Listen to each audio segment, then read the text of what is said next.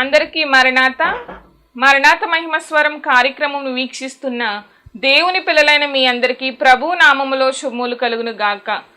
ప్రతిరోజు ఇదే సమయమునకు ఈ కార్యక్రమం వీక్షించి దైవాశీర్వాదములు పొందండి. ఇప్పుడు పాస్టర్ సామ్యూల్ సుందర్ రెడ్డి గారు దేవుని వాక్య వర్తమానం అందిస్తారు. శ్రద్ధగా ఆలకించండి. దేవునికి స్తోత్రం. అందరికీ మరణాత. దేవుని మహాకృపను బట్టి బ్లెస్సింగ్ ఛానల్లో వాక్య సందేశాలు ప్రారంభించి నేటికి సంవత్సరం కాలం గడిచింది. మరి ఈ సంవత్సరం అంతా కూడా దేవుడు తన మహాకృపను బట్టి తన ఆత్మశక్తితో ఈ కార్యక్రమాన్ని జరిగించుకుంటూ ముందుకు వెళుతూ ఉన్నారు. చాలా సంతోషము.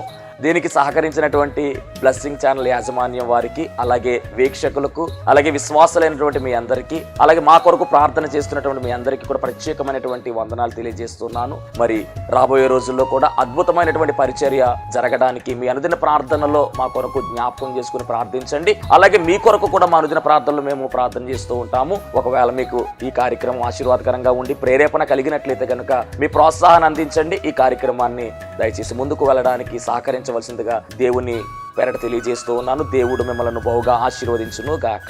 ఆమేన్. దేవునికి స్తోత్రం. అందరికీ మరణాత. దేవుడు మనకిచ్చినటువంటి ప్రాముఖ్యమైన సమయంలో దేవుని వాక్యాన్ని ధ్యానించుకుందాము. దేవుని వాక్య భాగాన్ని చదువుకుందాము. 2వ కీర్తన 12వ చరణాన్ని చదువుతాను, ఏకీభవించండి. 2వ కీర్తన 12వ చరణము. ఆయన కోపము త్వరగా రగులుకొనును, కుమారుని ముద్దు పెట్టుకుని లేని ఎడల ఆయన కోపించును. అప్పుడు మీరు త్రోవ తప్పి నశించెదరు. ఆయనను ఆశ్రయించు వారందరూ ధన్యులు. దేవుడి వాక్యం దీవించి ఆశీర్వదించునుగాక. ఆమేన్. మహాపరిశుద్ధుడా, మహిమగల దేవ, ప్రేమస్వరూపి, దయగల యేసు క్రీస్తు ప్రభువా, నీ ఘనమైన నామానికి వందనాలు, స్తోత్రాలు, స్తుతులు చెల్లించుకుంటున్నాను. ప్రభువా, ఇదిగో మరి శ్రేష్టమైన సమయంలో నీ మాటలు వినాలని ప్రభువా నీ బిడ్డలు వేచి ఉన్నారు, నిలిచి ఉన్నారు, ఆశపడుచు ఉన్నారు. ఆశపడే ప్రాణమును తృప్తిపరచువాడు నీవు మాత్రమే కనుక తండ్రి, కొద్ది నిమిషములు నీ బిడ్డలతోనూ నాతోనూ మీరే మాట్లాడండి ప్రభువా. నీ వాక్యముఖముగా ప్రభువా నీ బిడ్డలకు తండ్రి ఏ మాటలు అవసరమయ్యున్నవో ఆ మాటలను తండ్రి వివరించమని మంచి బోధకుడుగా ఉన్న యేసుక్రీస్తు వారి నామములు అడిగి వేడుకొనుచున్నాను పరమ తండ్రి. ఆమేన్. దేవనామమున మీ ఎల్లరికూ శుభములు కలుగునుగాక. ఆమేన్. అందరూ బాగున్నారమ్మా? దేవుని యొక్క కృపను బట్టి మరి ఒక పర్యాయము దేవుని వాక్యాన్ని అందించడానికి దేవుడు మరి ఈ సమయాన్ని దానముగా ఇచ్చాడు కనుక సమస్త మహిమ దేవునికే కలుగునుగాక. ఆమేన్. ఇప్పుడు చదవబడినటువంటి వాక్యాన్ని మనం పరిశీలన చేస్తే ఆయనను ఆశ్రయించు వారందరూ ధన్యులు అని రాయబడింది. గతంలో మనం మాట్లాడుకున్నాం, యెహోవాను ఆశ్రయిస్తే మన జీవితాలు అద్భుతముగా ఆశీర్వాదానికి నిలయముగా మార్చబడతాయని. మనుషులు నమ్ముకొనుట కంటే యెహోవాను ఆశ్రయించుట మేలు, రాజులు నమ్ముకొనుట కంటే యెహోవాను ఆశ్రయించుట మేలు అనేటటువంటి మాట కూడా మనము ధ్యానించిన వారమై ఉన్నాము. యెహోవాను ఆశ్రయించినటువంటి నరులు ధన్యులు అని ఈరోజు వాక్యములో కనబడుతుంది. అంత మాత్రమే కాదండి, ఆయనను ఆశ్రయిస్తే మన జీవితములు వర్ధిల్లుతాయని కూడా బైబిల్ గ్రంథములో రాయబడింది. ఇది చాలా ప్రాధాన్యమైనటువంటి విషయం. 2వ దినవృత్తాంతాల గ్రంథము పరిశీలన చేసినట్లయితే పరిశుద్ధ గ్రంథములో నుంచి 2వ దినవృత్తాంతాల గ్రంథము 26వ అధ్యాయము. బైబిల్ గ్రంథం ఉన్న వారందరూ కూడా ఓపెన్ చేసి చూడండి దయచేసి. 2వ దినవృత్తాంతాల గ్రంథము 26వ అధ్యాయము 3 అలాగే 5వ వచనాన్ని మనం చదువుకుందాం. ఉజ్జియా ఏలన ఆరంభించినప్పుడు 16 ఏండ్ల వాడై యెరూషలేములో 52 సంవత్సరములు ఏలెను. అతని తల్లి యెరూషలేము కాపురస్తురాలు, ఆమె పేరు యెకల్య. అతడు తన తండ్రి అయిన అమజ్య చర్య అంతటి ప్రకారము యెహోవా దృష్టికి యథార్థముగా ప్రవర్తించెను. దేవుని ప్రత్యక్షత విషయమందు తెలివి కలిగిన జకర్యా దినములలో అతడు దేవుని ఆశ్రయించెను. ఎవరు దేవుని ఆశ్రయించారు అంటే ఉజ్జియా అనేటటువంటి రాజు. ఇతను గమనించినట్లయితే కనుక ఈ ఉజ్జియా అనేటటువంటి రాజు యూదా రాజ్యాన్ని పరిపాలించినటువంటి రాజు. యూదా అనేటటువంటి రాజ్యాన్ని దాదాపుగా 20 మంది రాజులు పరిపాలించారు. యోధా అనేటటువంటి రాజ్యము ఉత్తర రాజ్యముగా, గమనించాలి, దక్షిణ రాజ్యముగా పిలువబడింది. అదేంటి ఉత్తర రాజ్యం ఏంటి, దక్షిణ రాజ్యం ఏమిటి, యోధా రాజ్యం ఏంటి, ఇశ్రాయేలు రాజ్యం ఏమిటి అని మీ డౌట్ రావచ్చు. గమనించండి, పరిశుద్ధ గ్రంథములో మనందరికీ తెలిసినటువంటి రాజులు, ముందు సౌలు రాజు కనబడతాడు, రెండవది దావీదు గారు, మూడవది సొలొమోను. ఈ ముగ్గురు కూడా మరి ఇశ్రాయేలు దేశాన్ని పరిపాలించిన రాజులు, యోధా దేశాన్ని పరిపాలించిన రాజులు. ఇశ్రాయేలు దేశము యోధా దేశముగా ఎందుకు డివైడ్ అయ్యింది? ఈ ముగ్గురు రాజులు పరిపాలించిన సమయంలో బాగానే ఉంది, కానీ సొలొమోను యొక్క కుమారుడు రెహబాము పరిపాలనలోనికి వచ్చిన తరువాత ఆ ఇశ్రాయేలు దేశము రెండు భాగాలుగా విడిపోయింది. ఒకటి ఉత్తర రాజ్యముగా, రెండవది దక్షిణ రాజ్యముగా విడిపోవడం జరిగింది. ఉత్తర రాజ్యాన్ని ఇశ్రాయేలు రాజ్యము అన్నారు, దక్షిణ రాజ్యాన్ని యోధా రాజ్యం అన్నారు. ఈ ఉత్తర రాజ్యము లేదా ఇశ్రాయేలు రాజ్యమును 10 గోత్రాల వారు వెళ్ళిపోయారు. యోధా రాజ్యము లేదా దక్షిణ రాజ్యములలో 2 గోత్రాల వారు వచ్చారు. గమనించండి, 10 గోత్రాలు ఒక ప్రక్కన ఇశ్రాయేలు రాజ్యముగా, 2 గోత్రాల వారు ఒక ప్రక్కన యోధా రాజ్యముగా విడిపోయి ఎవరి రాజ్యాన్ని వారు, ఎవరి రాజుల వారు పరిపాలన చేసుకుంటున్నటువంటి సమయములో యోధా రాజ్యాన్ని అనగా 2 గోత్రాల వారు, ఏ గోత్రం అంటే ఒకటి యోధా గోత్రము, 2 బెన్యామీను గోత్రము, ఇవి 2 కలిపి యోధా రాజ్యముగా పిలువబడ్డాయి. దీనిని దక్షిణ రాజ్యం అన్నారు. దీనికి మొదటి రాజు ఎవరు అంటే రెహబాము. ఆ తర్వాత ఆ క్రమములో 9వ రాజుగా ఎవరు వచ్చారు అంటే కనుక ఈ గమనించాలి, మరి ఈ యొక్క ఉజ్జా అనేటటువంటి వ్యక్తి మనకు కనబడుతూ ఉన్నాడు. దేవునికి మహిమ కలుగును గాక. ఉజ్జియా అనేటటువంటి వ్యక్తి మరి కనబడుతూ ఉన్నాడు. అద్భుతమైనటువంటి పరిపాలన. గమనించాలి, మరి ఈ రాజు 10వ రాజుగా పిలువబడుతూ ఉన్నాడు ఉజ్జియా. ఈ ఉజ్జియా అనేటటువంటి ఈ రాజు అద్భుతమైన పరిపాలన, 52 సంవత్సరాలు పరిపాలన చేశాడు. 9వ రాజు ఎవరు అంటే కనుక అమజ్యా. ఈ అమజ్యా అనేటటువంటి వ్యక్తి కుమారుడే ఈ ఉజ్జియా. 10 సంవత్సరాల 10వ రాజు 52 సంవత్సరాల పరిపాలన. ఈయన పరిపాలన విధానము కూడా చాలా అద్భుతమైనటువంటి పరిపాలన. వ్యవసాయమును ప్రోత్సహించిన వాడుగా ఈయన కనబడుతూ ఉన్నాడు. ఎంత చరిత్ర ఈ రాజుకు ఉందో. బాగా ఆశీర్వాదం పొందుకున్నటువంటి రాజు. ఎందుకు ఈ రాజుకు పేరు బలమైనటువంటి రీతిగా వచ్చింది అంటే ఇతడు దేవుణ్ణి ఆశ్రయించినట్టుగా రాయబడింది. జకర్యా దినములలో అతడు దేవుణ్ణి ఆశ్రయించెను, అతడు యెహోవాను ఆశ్రయించినంత కాలము దేవుడు అతని వర్ధిల్ల చేసెను. అంటే ఒక వ్యక్తి జీవితంలో వర్ధిల్లింపు స్థాయి ఉండాలి అంటే అతని జీవితం వర్ధిల్లాలి, అభివృద్ధి చెందాలి.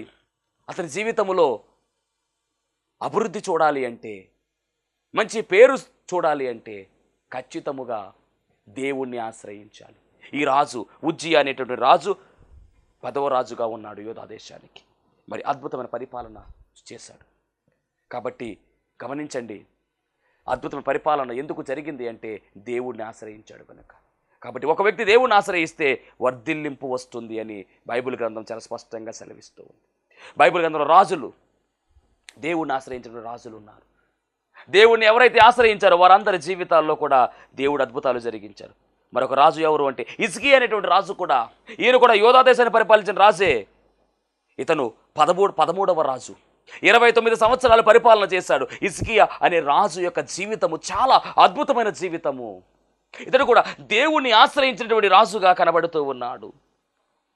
చాలా అద్భుతమైనటువంటి పరిచర్య. మందిర శుద్ధి విషయములో, మందిరాన్ని ప్రేమించడములో, మందిరములో ఆగిపోయినటువంటి ఆ మందిర సేవ జరిగించడములో, యాజకులు నియమించడములో, ధర్మశాస్త్రాన్ని బోధించడంలో, యాజకుల్ని ఏర్పాటు చేయడములో, అలాగే అక్కడ జరుగుతున్నటువంటి సేవ మందిర శుద్ధీకరణ మాత్రమే కాదు, మందిరాన్ని మరలా దేవుని పనిలో నిలవబెట్టడములో ఎంతగానో కృషి చేసినటువంటి గొప్ప రాజు ఎవరు అంటే ఈ హిజ్కియా. హిజ్కియాకు మరణకరమైన రోగం వచ్చింది. ఆ సమయములో దేవుడు అంటున్నటువంటి మాట, హిజ్కియా నీ సమయం అయిపోయింది అని యెషయా అనేటటువంటి ఒక ప్రవక్తను పంపించి, ఇక నీ సమయం అయిపోయింది కాబట్టి నీవు సిద్ధపడు, 15 రోజులు టైం మాత్రమే ఇచ్చాడు దేవుడు.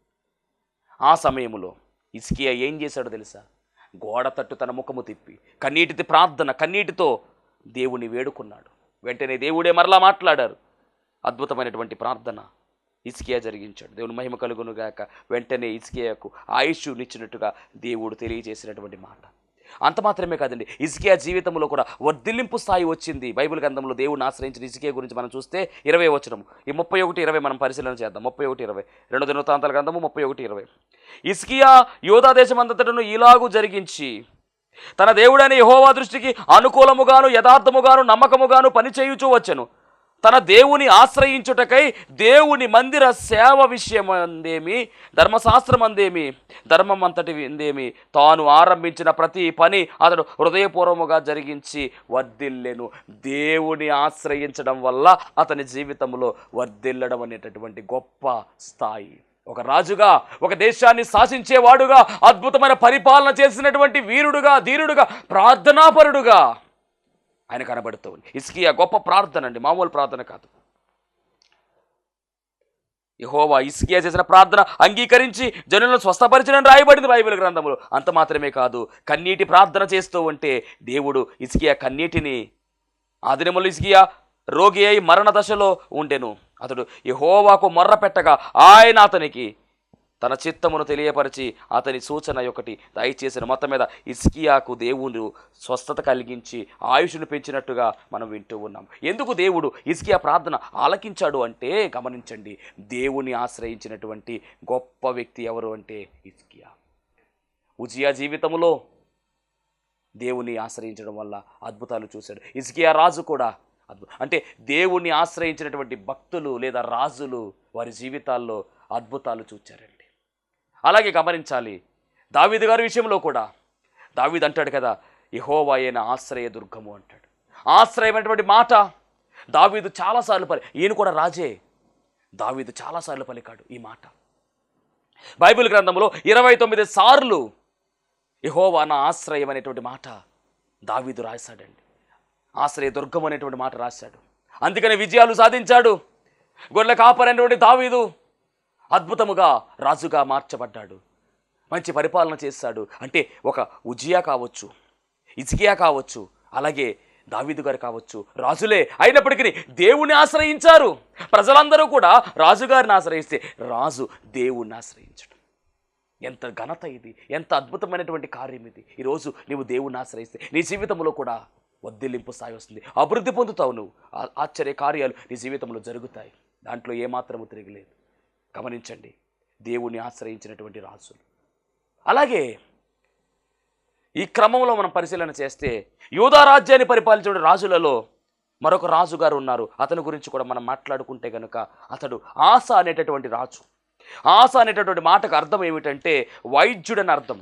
మరి ఈ ఆస అనేటటువంటి రాజు కూడా దేవుణ్ణి ఆశ్రయించినట్టుగా రాయబడింది. ఇతడు కూడా యోధా రాజ్యాన్ని పరిపాలించినటువంటి రాజే. ఇతడు 3వ రాజు. అంటే యోధా రాజ్యాన్ని పరిపాలించిన రాజుల్లో 3వ రాజు. ఒకటి రెహబాము అయితే, 2వది అబియా, 3వది ఆస అనేటటువంటి రాజు.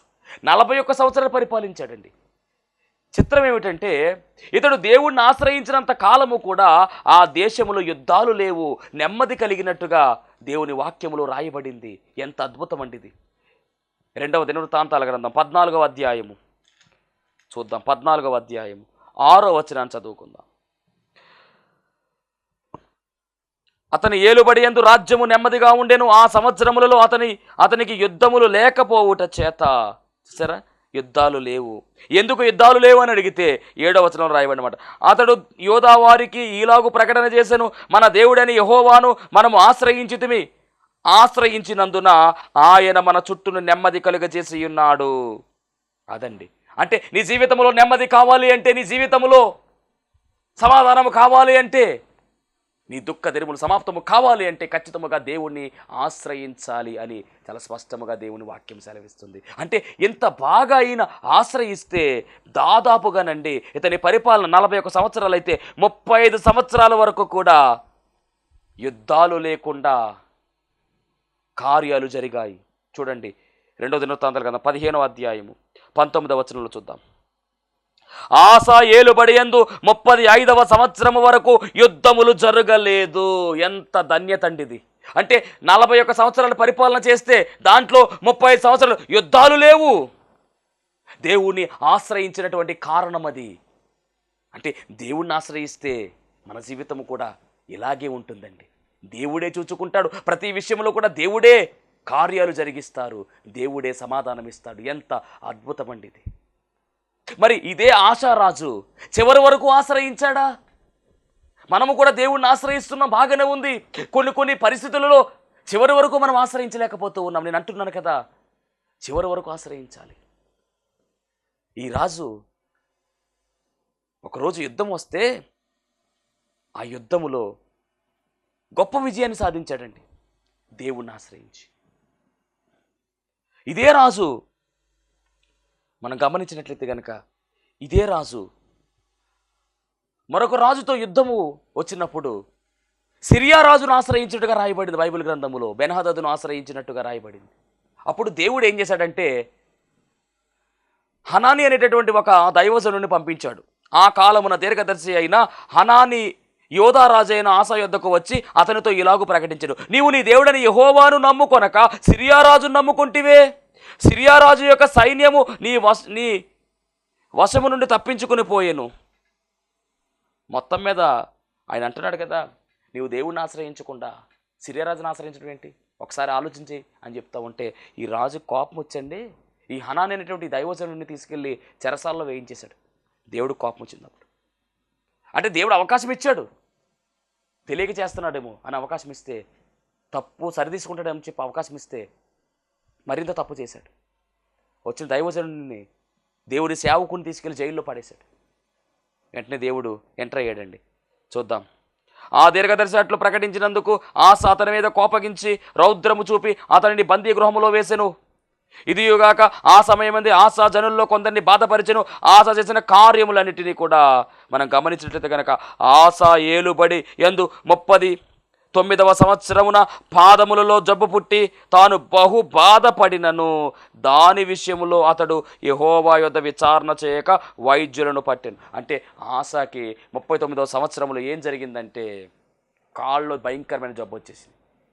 జబ్బు వచ్చిన తర్వాత అప్పుడు కూడా దేవుణ్ణి ఆశ్రయించాడా అంటే లేదు, వైద్యులను ఆశ్రయించాడు. అంటే ఈ వ్యక్తి జీవితములో చివరి వరకు దేవుణ్ణి ఆశ్రయించకుండా మధ్యలో మానేయడం జరిగింది. దేవుణ్ణి ఆశ్రయించినంత కాలము కూడా 30 సంవత్సరాలు యుద్ధములు లేవు, అనారోగ్యాలు లేవు, అంతా బాగానే ఉంది. ఎప్పుడైతే దేవుణ్ణి ఆశ్రయించకుండా వేరే రాజును ఆశ్రయించాడో, వైద్యులను ఆశ్రయించాడో, ఇతని జీవితంలో కూడా మరి చేదు అనుభవాలు వచ్చాయి. చివరకు మరణము కూడా త్వరగా వచ్చేసింది. ఆ జబ్బుతో బాగుపడక చనిపోయాడు. కాబట్టి నేను చెప్తున్న మాట ఏమిటంటే మనము నమ్మినటువంటి దేవుడు నమ్మదగిన వాడు, ఆయన ఆశ్రయించాలి.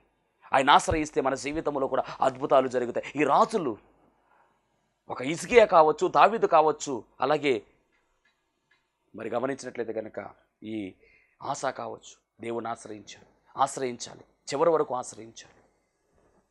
ఇంకొక మాట నేను జ్ఞాపకం చేస్తాను. మరి దావీదు గారిని అభిషేకించినటువంటి వ్యక్తి, మొదటి రాజు సౌలు గారిని అభిషేకించినటువంటి వ్యక్తి, అలాగే దావీదు గారిని అభిషేకించిన వ్యక్తి ఎవరు అంటే సమూయేలు. ఈ సమూయేలు యొక్క చరిత్ర మనం పరిశీలన చేస్తే సమూయేలు ఏ విధముగా జన్మించాడు, ఇంత రాజులను అభిషేకించేటటువంటి గొప్ప స్థాయి సమూయేలుకు వచ్చింది అంటే సమూయేలు వెనకాల ఉన్నటువంటి ప్రార్థన వాళ్ళు ఏమిటో మనం పరిశీలన చేయాలి.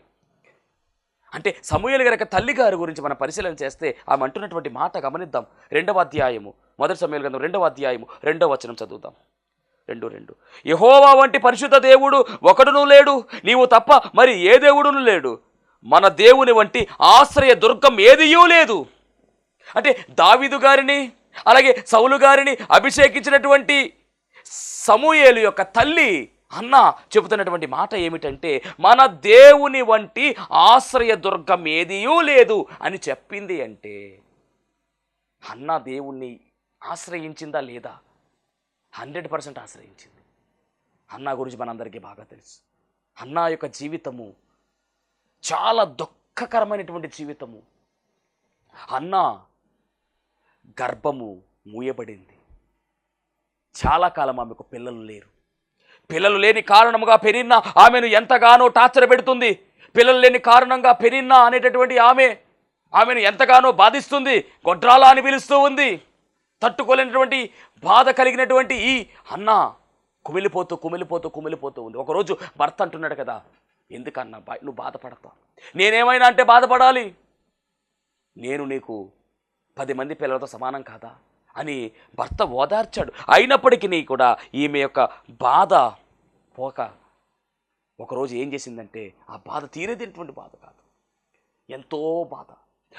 ఆ బాధలో గమనించాలి, మరి షిలోహు అనే మందిరానికి వెళ్ళారు, ఏటేటా వెళతారు, అక్కడికి వెళ్ళారు. ఆ మందిరం దగ్గర కూడా అనరాని మాటలు అంటూ ఉంటే ఈమె తట్టుకోలేక మందిరంలోనికి వెళ్ళిపోయింది. బహుదుఃఖాక్రాంతురాలై వచ్చి యెహోవా సన్నిధిని ప్రార్థన చేయుచు బహుగా ఏడ్చుచు. గమనించండి దేవుని బిడ్డలారా, అన్న అప్పటి వరకు కూడా దేవుణ్ణి ఆశ్రయించలా, కానీ ఎప్పుడైతే సమస్యలు ఎక్కువైపోయాయో, ఎప్పుడైతే శోధన ఎక్కువైపోయిందో, ఎప్పుడైతే అనరాని మాటలన్నీ కూడా చెవిలో పడుతున్నాయో, వెంటనే వెంటనే వెంటనే ఆమె ఆశ్రయించవలసినటువంటి దేవుణ్ణి ఆశ్రయించడం మొదలెట్టింది. మందిరంలోకి వెళ్ళిపోయింది, మనసు ముందు కూర్చుంది, యెహోవా నీవే నా ఆశ్రయం అని చెప్పి ఎలుగెత్తి ఏడ్చింది, బహుగా ఏడ్చింది. సైన్యముల అధిపతి యెహోవా మొర్ర పెట్టినట్టుగా ప్రార్థన చేయుచు బహుగా ఏడ్చుచు బహుదుఃఖాక్రాంతురాలై వచ్చి యెహోవా సన్నిధిని ప్రార్థన చేయుచు బహుగా ఏడ్చుచు. ఎంతలా ఏడ్చిందో, కన్నీరు మున్నీరుగా ఏడ్చింది, చాలా బాధపడింది. బైబిల్లో రాయబడినటువంటి మాట, తన ఆత్మను యెహోవా సన్నిధిని కొమ్మరించుకున్నట్టుగా తన బాధంతా కూడా గంభీరముగా ప్రార్థన చేయలేదు, కానీ ఆత్మలో గంభీరముగా ప్రార్థన చేసింది. ప్రార్థన గట్టిగా బయటకు వినపడకపోవచ్చు, కానీ మనస్సులో ప్రార్థన చేసింది. ఈ ప్రార్థన, ఈ మనవి దేవుడు విన్నాడు. దేవుణ్ణి ఆశ్రయించి, దేవా నా పరిస్థితికి నీవే సహాయం దయచేయాలి, నాకున్నటువంటి బాధ బలహీనత, నాకున్నటువంటి ఇబ్బంది నీవు ఎరిగిన వాడవై ఉన్నావు, ఇదిగో నాకు ఒక మగబిడ్డను నువ్వు ఇవ్వాలి అని దేవుణ్ణి అడగడం మొదలెట్టింది. ఆశ్రయించవలసినటువంటి వారిని మనం ఆశ్రయించాలి, ఆశ్రయించవలసింది ఒక్కడనే ఆయన్ని ఆశ్రయించాలి. వెంటనే అడిగింది అడిగింది అడిగింది మొక్కుబడి చేసుకుంది, నీవు గనక నాకు మగబిడ్డను ఇచ్చినట్లయితే ఖచ్చితముగా ఆ బిడ్డను నీకు సమర్పించేస్తాను, పాలు విడిచిన వెంటనే ఆ బిడ్డను నీ సన్నిధిలో నీ సముఖములో నీకు అప్పచెప్పేస్తాను, వాడు నావాడు కాదు నీవాడుగానే పెరుగుతాడయ్యా అని తీర్మానం చేసుకుంది. ఆశ్రయించడం మాత్రమే కాదు, ప్రార్థన చేయడం మాత్రమే కాదు, తీర్మానం చేసుకుని వెళ్ళిపోయింది. దేవుడు వెంటనే ఆమెను జ్ఞాపకం చేసుకున్నాడు. ఎందుకు జ్ఞాపకం చేసుకున్నాడంటే, గమనించండి, ఆమె ఆశ్రయించింది, సమస్య పరిష్కారం వస్తూ ఉంది. వైద్యులను ఆశ్రయించలా, భర్తను ఆశ్రయించలా, బంధువులను ఆశ్రయించలా, దేవుణ్ణి ఆశ్రయించింది. వెంటనే గొడ్రాలనేటువంటి ఆ మాట, ఆ నింద దేవుడు తొలగించే ప్రయత్నం చేశాడు. సంవత్సరము తిరిగేలోపే ఆమె గర్భము ధరించింది. చక్కని బాబును అనగా సమూయేలును దేవుడు దానముగా ఇచ్చాడు. వెంటనే పాలు విడిచిన తర్వాత తీసుకొచ్చి మందిరంలో అప్పచెప్పేసి అప్పుడు అంటున్నటువంటి మాట ఏమిటి అంటే, మన దేవుని వంటి ఆశ్రయదుర్గం ఏదియో లేదు, నాకున్నటువంటి నిందను, నాకున్నటువంటి బాధను, నాకున్నటువంటి సమస్యను, నాకున్నటువంటి శోధనను, నాకున్నటువంటి అవమానమును దేవుడు తొలగించాడు అని ఆమె చాలా ధైర్యంగా చెప్పింది. అందుకని ఈ మాట రాయబడింది. దేవుడికి మహిమ కలుగును గాక. మనం ముందు రాజుల గురించి మాట్లాడుకున్నాం, కానీ ఇక్కడ రాజులను అభిషేకించినటువంటి సమూయేలు యొక్క తల్లి గురించి మనం మాట్లాడుకుంటూ ఉన్నాం, చూసారా? కాబట్టి నేను అనే మాట ఏమిటంటే, మనము దేవుణ్ణి ఆశ్రయిస్తే మన జీవితంలో అద్భుతాలు మనం చూడగలుగుతాం. ఈరోజు మనం ఎవరిని ఆశ్రయించాలి? దేవుణ్ణి ఆశ్రయించాలి.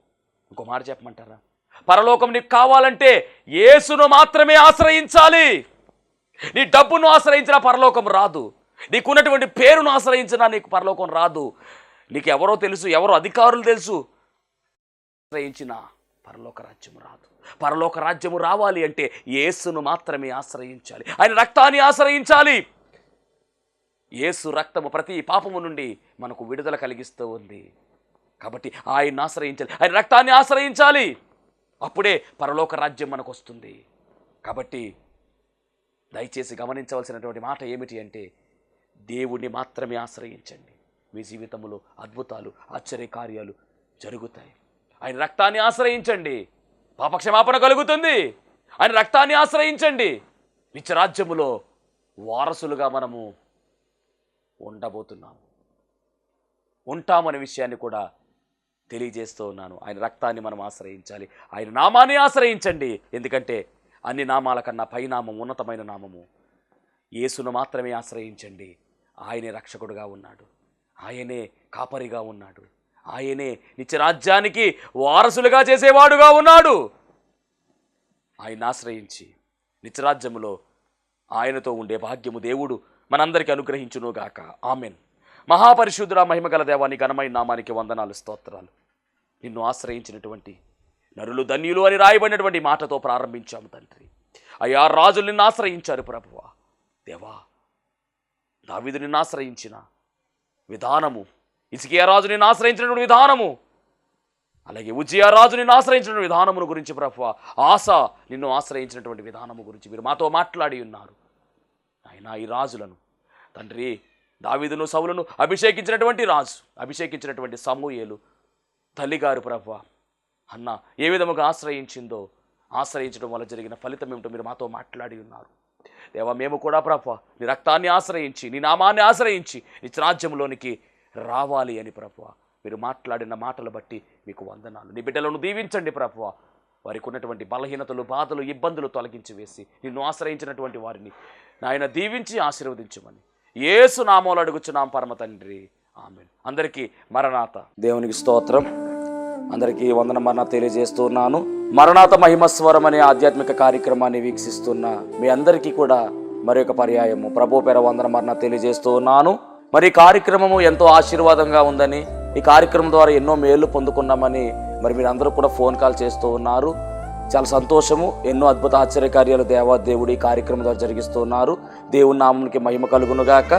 మరి మీరు చూస్తున్నటువంటి ఈ యొక్క షెడ్ గురించి గతంలో మీకు చెప్పడం జరిగింది.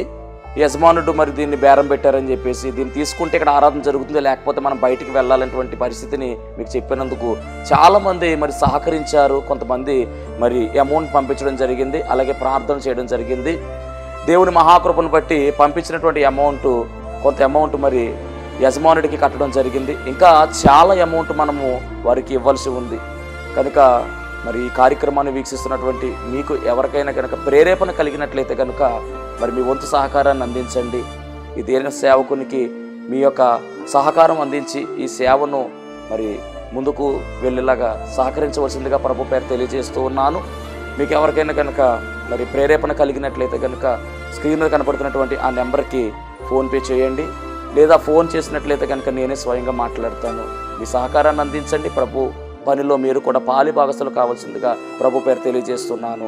అందరికీ మరణాత.